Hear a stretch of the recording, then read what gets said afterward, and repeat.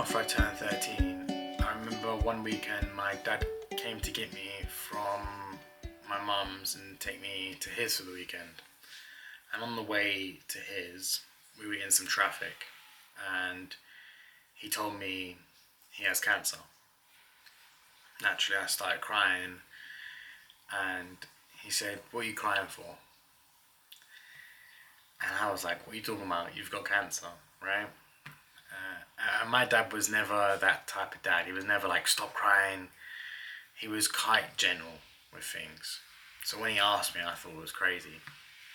But he said, "Cam, if you cry and I don't die, then you've cried for no reason.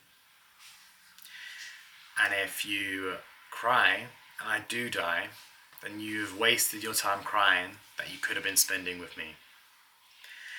And I don't know at the time if I really understood what he was saying, but I get it now.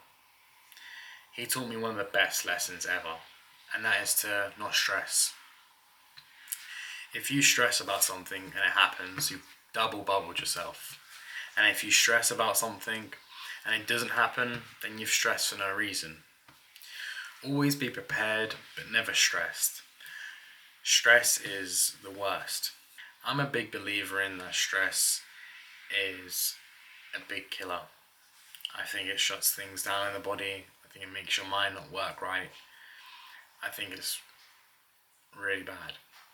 When you don't have stress, your mind's clearer, your body feels better. So trying to avoid it at all costs is good. But remember, you always have to be prepared for things. That doesn't mean that you can just push things aside and act like it's not there. Stress is acknowledging that you're ready for that situation. Trying to be ready for a situation that maybe you'll never be able to be ready for, but trying to be as prepared as possible will lessen your stress. Remember, certain things in this life you're never going to be able to control. There's no point stressing about those things. You could die tomorrow and you'll be stressing about something next year. Then why have you even stressed? You just died. What was the point in that? You know, I always tell people this about that story and tell them not to stress.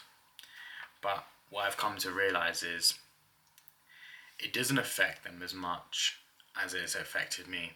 Because it's my dad and because he died, it has a lot more weight for me. I have to go by it a lot more. It's more ingrained in me. Whereas when I'm telling someone a story, they don't know my dad. And if they do, it isn't their dad, you know? And so it doesn't have as much weight. So yeah, sometimes I catch myself stressing about things. But I need to remind myself of what my dad taught me and make sure that I really implement the lessons he taught me into my life, because I don't get no new lessons from him. The lessons I've learned from him are all I'm ever going to get. So when I can pick a lesson out of what my dad told me or what he showed me or his life, I try to analyze it as much as possible. And not stressing is, I think, one of the best lessons he ever taught me. There's one other lesson he taught me, and it's a tiny one, but it's an important one. He wrote a letter before he passed, and there's a lot of stuff in that letter, but there is one point in the letter where he says, "Cameron, smile at the world and the world should smile back. And if it doesn't, smile and move on." At the time of reading this, I was about 15. I was still quite an angry kid, probably one of the worst versions of myself. And I was like, what is he talking about? I didn't really understand it at all. And I do now, right? It's just sort of keep your head up high and smile. And if situations come about where, you know, they're not smiling back at you, the world's not smiling back at you, situations, people are not smiling back at you and give you that same energy, it's okay. Just carry on.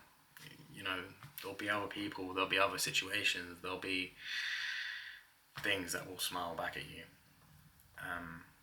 I, I struggle sometimes to smile, and it's not that it's hard to smile, but sometimes when I smile, I think of that. I think of my dad.